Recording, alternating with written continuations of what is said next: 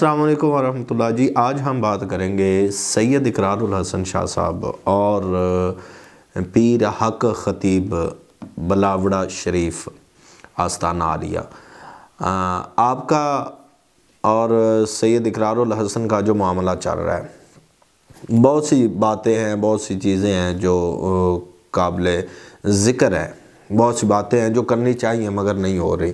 پہلی بات تو یہ ہے کہ اقرار الحسن بھی کوئی چھوٹا موٹا نام نہیں ہے۔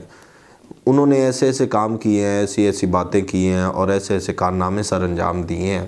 کہ جو شاید ملک پاکستان کی تاریخ میں سنہری حروف سے لکھے جانے چاہیے، اور بالخصوص اس لحاظ سے جس ٹاپک پہ ابھی وہ بات کر رہے ہیں۔ اور دوسرا دیکھیں تو پیر حق خطیب بلاوڑہ شریف والے، وہ بھی کوئی اتنی عام شخصیت نہیں ہے، بہت ہی جانی پہچانی، اور بڑے بڑے لوگ وہاں پہ جاتے ہیں اور بہت زیادہ مشہور، کیونکہ سوشل میڈیا کا دور ہے تو ایسے لوگ بہت زیادہ فیمس ہیں، بہت زیادہ مشہور ہیں، اس لیے بہت زیادہ باتیں ہو رہی ہیں۔ اس میں ایک لفظ کو ذکر کیا جا رہا ہے، ایک لفظ کو ڈسکس کیا جا رہا ہے۔ وہ لفظ ہے کیا؟ وہ بات ہے کیا؟ وہ ہے کرامت، کرامت کا ظہور۔ ادھر سے بھی کرامت ہے، ادھر سے بھی کرامت کا مطلب دفاع ہے۔ اقرار الحسن صاحب کہتے ہیں کہ یہ کرامت نہیں ہے، وہ کہتے ہیں یہ کرامت ہے۔ اب اصل میں کوئی بھی نہیں بتاتا کہ کرامت ہے کیا۔ ہم اس پہ بات کرتے ہیں، بعد میں آتے ہیں کہ جو ہے اقرار الحسن شاہ صاحب ٹھیک ہیں یا مطلب پیر حق خطیب جو ہیں ان کا کہنا صحیح ہے۔ دیکھیں، ایک معجزہ ہوتا ہے، ایک کرامت ہوتی ہے، اس کے بعد جو ہوتا ہے نا، یہ ہمارا اسلامک ہے،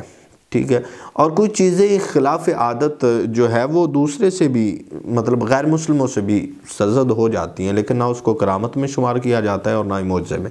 معجزہ یہ ہے کہ فرمایا اگر کسی نبی سے کوئی ایسا کام جو خلاف عادت ہو، جس کو مطلب عقل تسلیم نہ کرتی ہو،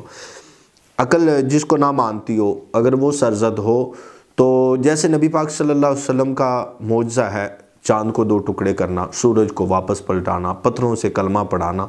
درختوں سے باتیں کرنا، یہ سب چیزیں وہ ہیں کہ جو عقل جو ہے نا ان کو نہیں مانتی، اس کو معجزہ کہتے ہیں۔ اور اگر کسی نبی کے امتی سے کوئی چیز اگر سرزد ہو اور وہ خلاف عادت ہو، جیسے حضرت سلیمان علیہ السلام کا وہ ایک امتی ہے حضرت آصف بن برقیہ، اللہ کا ولی ہے، اور انہوں نے کئی میل دور تخت بلقیس جو ہے وہ حضرت سلیمان علیہ السلام کے پاس، یہ کرامت ہے، ٹھیک ہے، خلاف عادت۔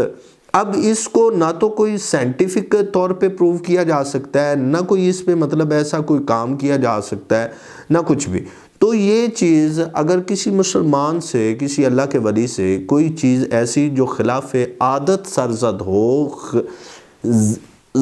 دوسرا جو ہے نا کیا نام اس کا، دماغ اس کو تسلیم نہ کرے، عقل سے ماورا ہو، تو اس کو کہتے ہیں کہ یہ ہے جناب کرامت، ٹھیک ہے۔ اب ان پہ آتے ہیں۔ اقرار الحسن صاحب نے جو کر کے دکھایا، ظاہر سی بات ہے وہ ہو سکتا ہے، کسی بھی طریقے سے ہو سکتا ہے، وہ چاہے اس کو پلانٹ کیا جا سکتا ہے، اس کو بنایا جا سکتا ہے، اس کا مطلب اس میں سائنس کا استعمال کیا جا سکتا ہے۔ تو یہ انسانی ہیومن جو ہے اس کو کر کے، ہیومن جو ہے وہ اس کو کر کے دکھا رہا ہے، آرٹیفیشل کر کے دکھا رہا ہو یا کچھ بھی کر کے دکھا رہا ہو، تو اس کو کرامت میں شرعی طور پہ تسلیم نہیں کیا جائے گا۔ اب یہی چیز وہ بہت بڑی ہستی ہے، بہت بڑی ذات ہے، بہت بڑی شخصیت ہے، لیکن ایسے بہت سے عمل ہیں، ایسی بہت سی چیزیں ہیں، ایسے بہت سے شواہد ہمیں مل جاتے ہیں کہ نبی پاک علیہ السلام کے دور میں، اس سے پہلے، یہاں تک کہ لوگ جو ہے وہ پتھروں کی بارش، آگ برسانا، اس کے علاوہ اور بہت سی چیزیں جو ہیں وہ کرتے رہے، لیکن کسی نے بھی اس کو کرامت تصور نہیں کیا، کسی نے بھی اس کو کرامت نہیں لکھا، ٹھیک ہے۔ تو یہ چیزیں جادو کا ہونا، ٹونے کا ہونا، اثر ہو جانا، جو بھی ہو جانا، اور اس کا سد باب، اس کو ختم کرنا، یہ ایک علم ہے، اور یہ ایک نہیں، ایسے بہت سے علوم ہیں جس سے اس کو پیدا بھی کیا جا سکتا ہے، ختم بھی کیا جا سکتا ہے، سارا کچھ ہو سکتا ہے، ٹھیک ہے۔ کئیوں کو اڑایا جا سکتا ہے، کئیوں کو مطلب سلایا جا سکتا ہے، ان کے کیل جو ہے وہ اندر لگائے جا سکتے ہیں، سب کچھ ہو سکتا ہے، لیکن اس کو کرامت نہیں کہیں گے، اس کو ایک علم کہیں گے۔ وہ اس کا جاننے والا عامل ہے، وہ اس کا عمل ہے، کہ اس کا عامل ہے،